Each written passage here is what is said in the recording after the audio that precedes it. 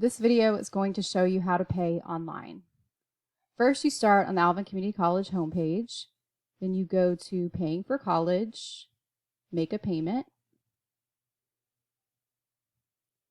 You click on Student, and you put in your ACC ID number, and you can get that number out of the pod under your student profile, or you can email your ACC advisor and they can help you get that.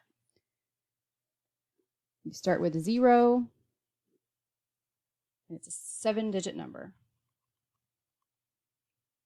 And then you put in your 6-digit birth date, and then click Login. Once you're logged into your account, you can click Make a Payment, Enroll in Payment Plan, or View Your Activity. So click on Make a Payment. Click on Pay by Term, 2020 Fall, and Continue. And then just select a credit card and pay like you would anything online.